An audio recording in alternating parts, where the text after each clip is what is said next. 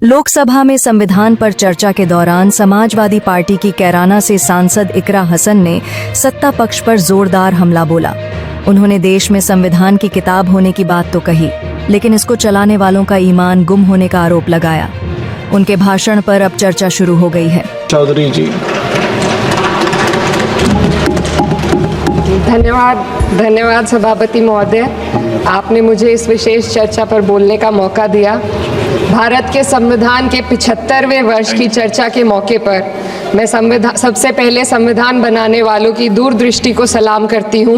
एक युवा सांसद के तौर पर मैं अपनी उम्मीदों को संविधान के साथ जोड़कर खास तौर पर ये बताना चाहती हूँ कि आज हमारे देश में पिछड़े, दलित, अल्पसंख्यक समुदाय को किस तरह अपने संवैधानिक अधिकारों और आज़ादियों की हिफाजत के लिए हर रोज़ मुश्किलों का सामना करना पड़ रहा है। Doctor B.R. अम्बेडकर के कथन से अपनी बात रखना चाहती हूँ। उन्होंने कहा था, मुझे अपने भारतवर्ष पर फक्र है कि जिसके पास ऐसा संविधान है जो लोकतंत्र, समाजवाद और सेक्युलरिज्म को संजोता है। लेकिन आज ऐसा लगता है जैसे संविधान की किताब तो है, पर इसे चलाने वालों का ईमान गुम हो गया है। आज हिंदुस्तान में हर वर्ग को किसी न किसी चुनौती का सामना करना पड़ रहा है, मगर अल्पसंख्यक खास तौर पर मुसलमानों पर जो कहर टूटा है वो किसी से छुपा नहीं है। ये लोग सिर्फ अपने मजहबी पहचान की वजह से निशाने पर हैं। संविधान का अनुच्छेद 15 कहता है कि किसी भी नागरिक के साथ धर्म, जाति या किसी और वजह से भेदभाव नहीं होना चाहिए, लेकिन हकीकत इसके उलट है। हालात इस कदर बिगड़ चुके हैं कि hate speech, mob lynching, bulldozer द्वारा घरों को गिराने की घटनाएं आम हो गई हैं। खास तौर पर उत्तर प्रदेश में, जहां ऐसा लगता है जैसे कानून के नाम पर जंगल राज चल रहा हो।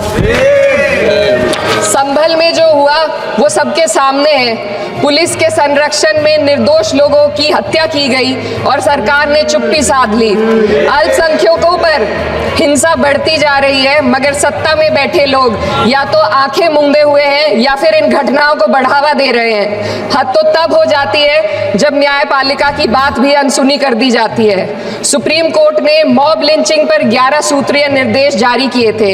इसमें साफ कहा गया था कि राज्य सरकारें और पुलिस इस तरह की घटनाओं को रोकने और दोषियों पर सख्त कार्रवाई करने के लिए जिम्मेदार है, लेकिन आज भी इन निर्देशों पर अमल नहीं हो रहा है। हाल ये है कि मॉब लिंचिंग को रोकने की बजाय सत्ता में बैठे लोग आग में घी डालने का काम कर रहे हैं। उनकी जुबान से ऐसी बातें निकलती हैं जो नफरत को और बढ़ावा देती है।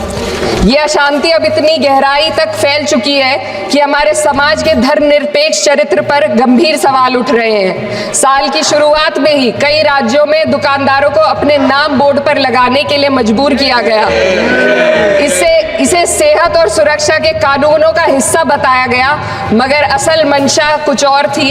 ये कदम खास तौर पर मुसलमान दुकानदारों को निशाना बनाकर उठाया गया ताकि उनकी रोजी रोटी पर चोट की जाए। पिछले हफ्ते मुरादाबाद में एक मुस्लिम डॉक्टर को हिंदू बहुल्य मोहल्ले में घर खरीदने पर विरोध झेलना पड़ा। वजह बताई गई कि इससे मोहल्ले की सामाजिक शांति बिगड़ जाएगी।